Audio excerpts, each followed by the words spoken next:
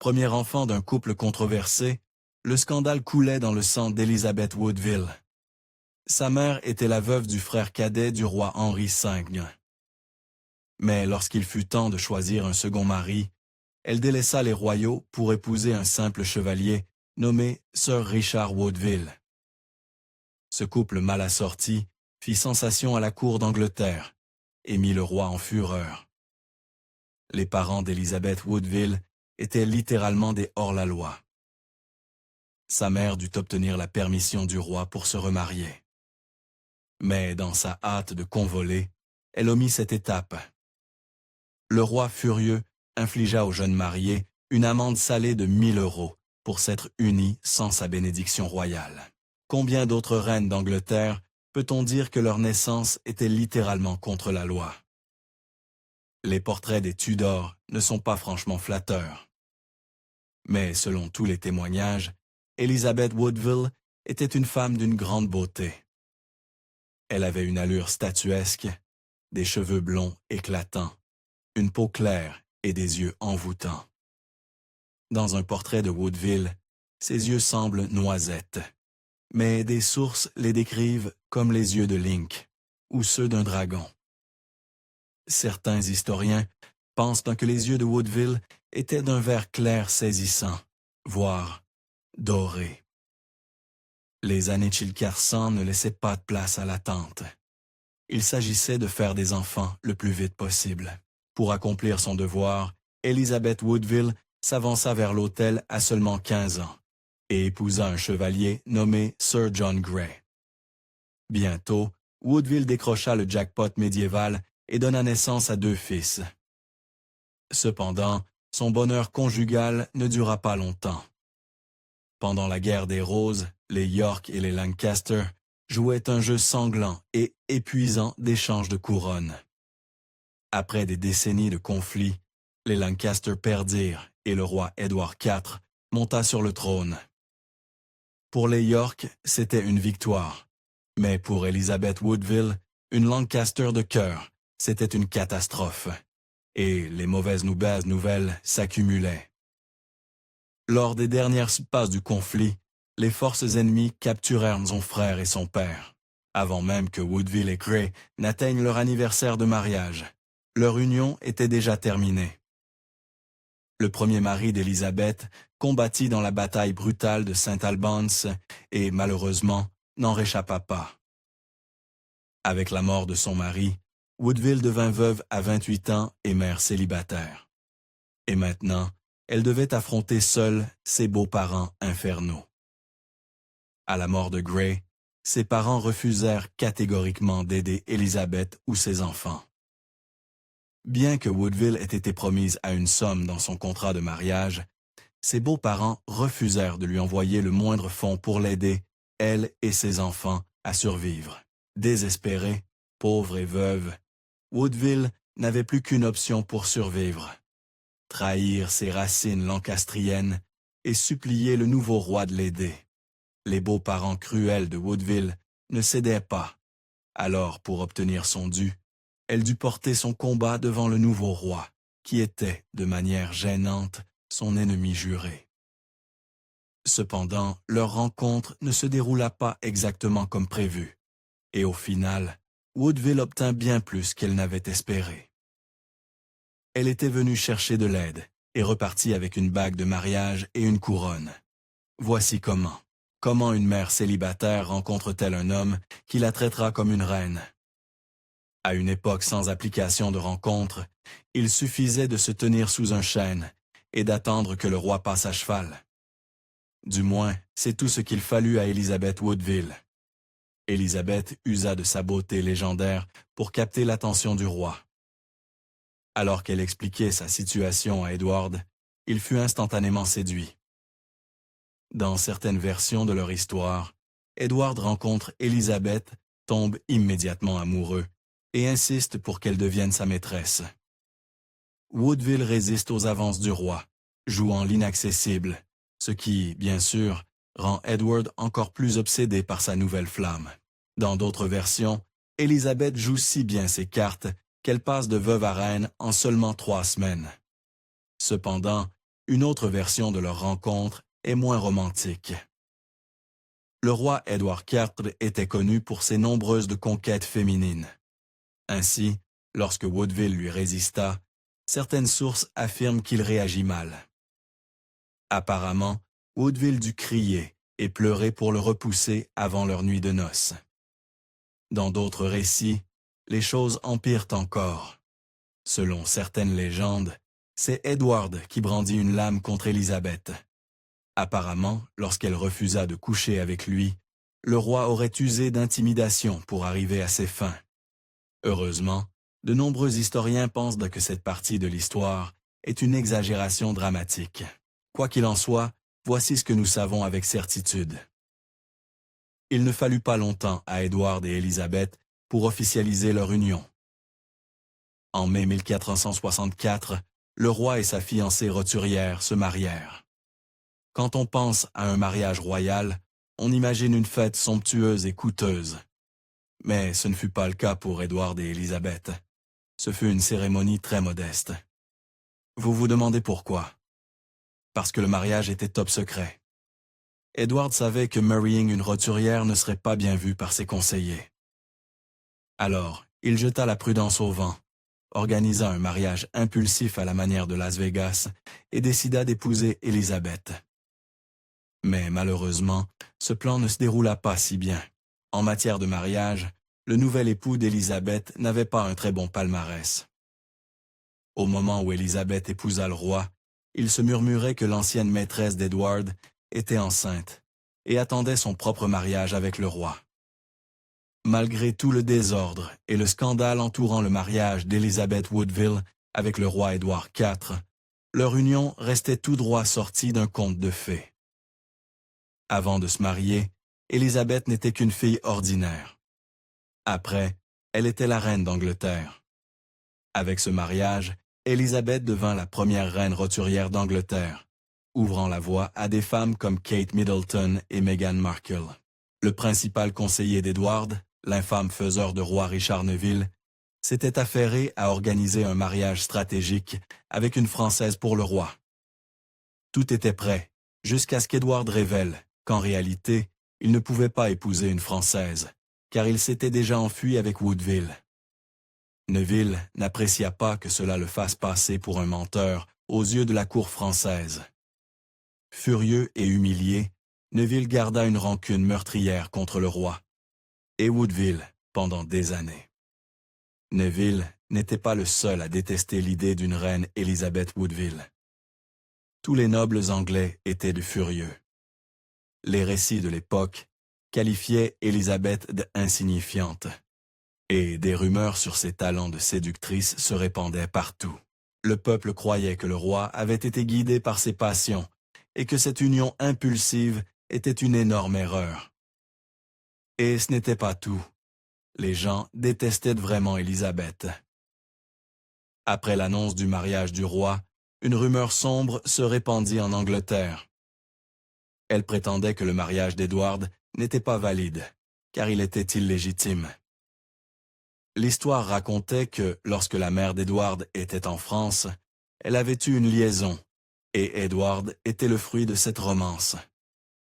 Mais ce n'est même pas la partie la plus folle de l'histoire. La mère du roi, dont la réputation était traînée dans la boue, fit très peu pour arrêter ces rumeurs.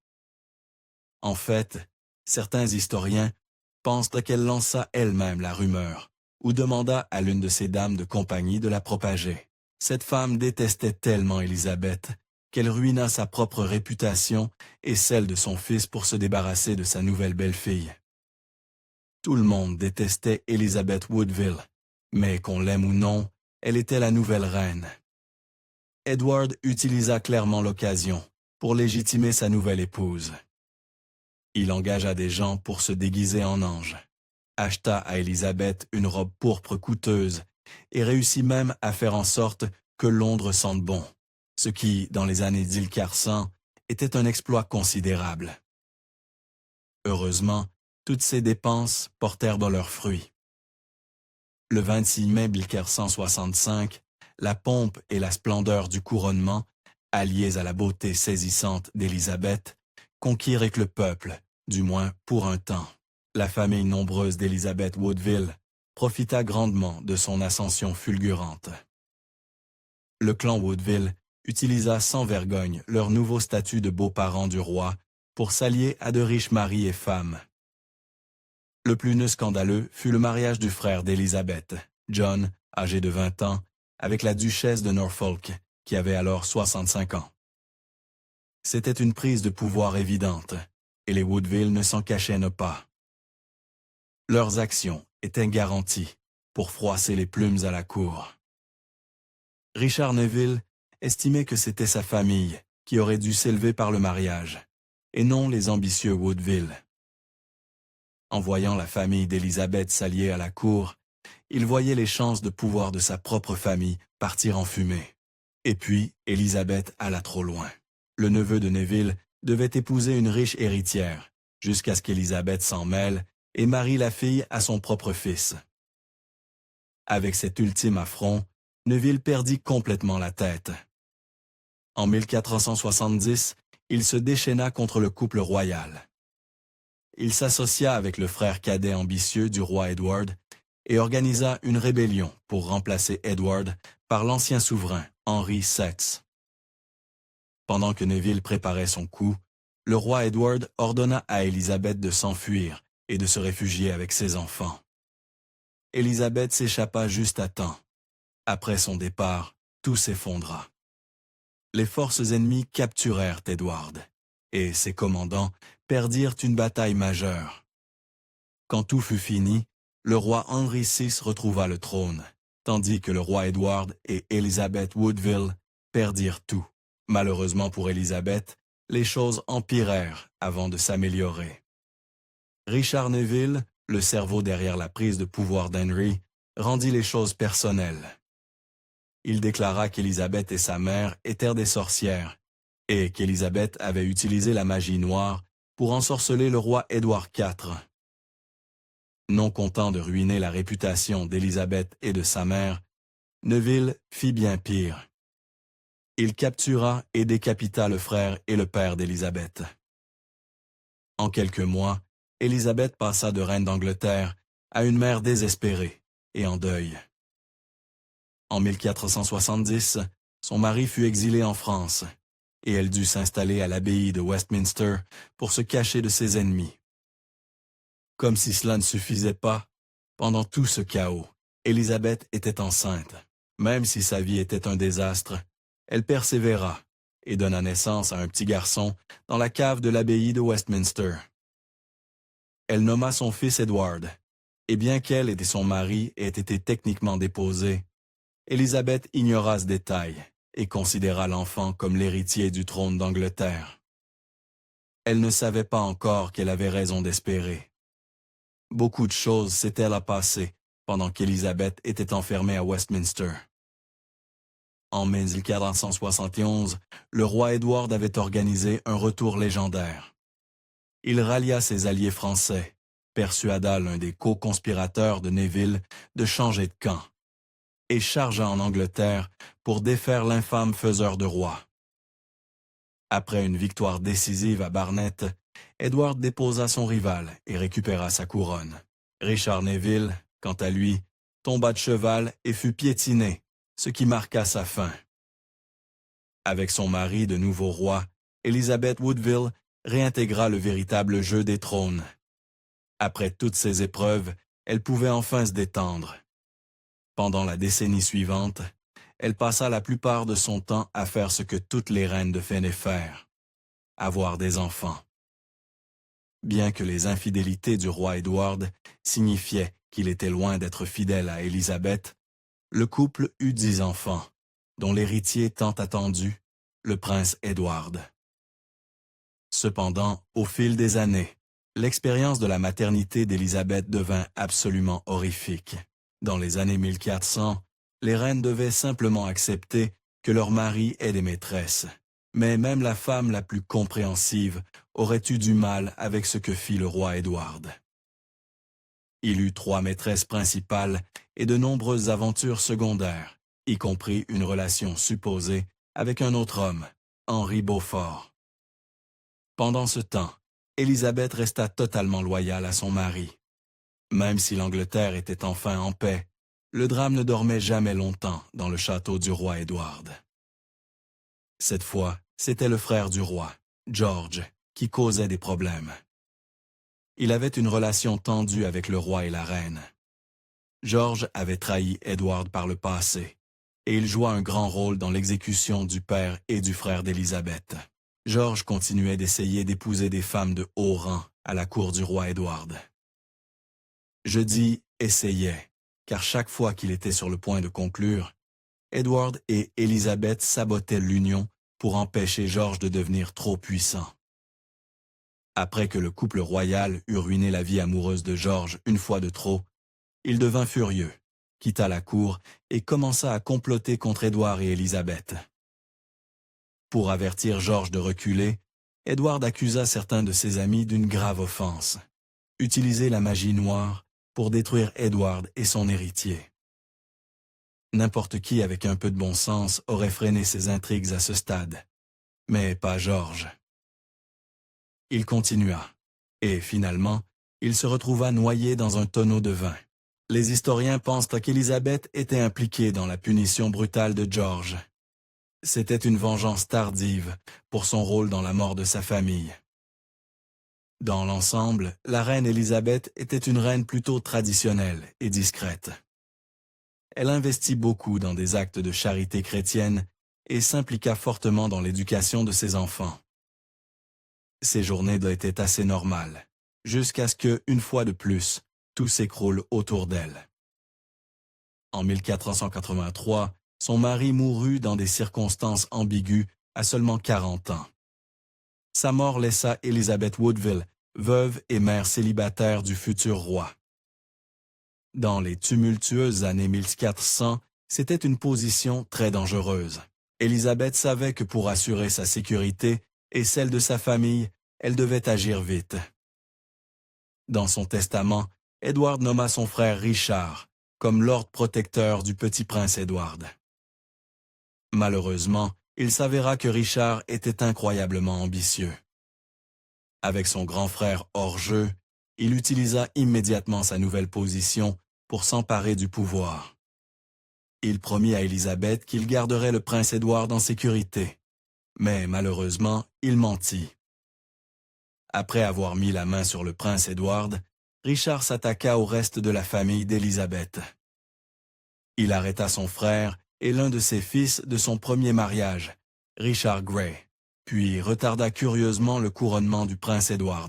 Sentant que la situation tournait mal et que sa famille entière serait bientôt en grand danger, Woodville se précipita de nouveau dans un sanctuaire.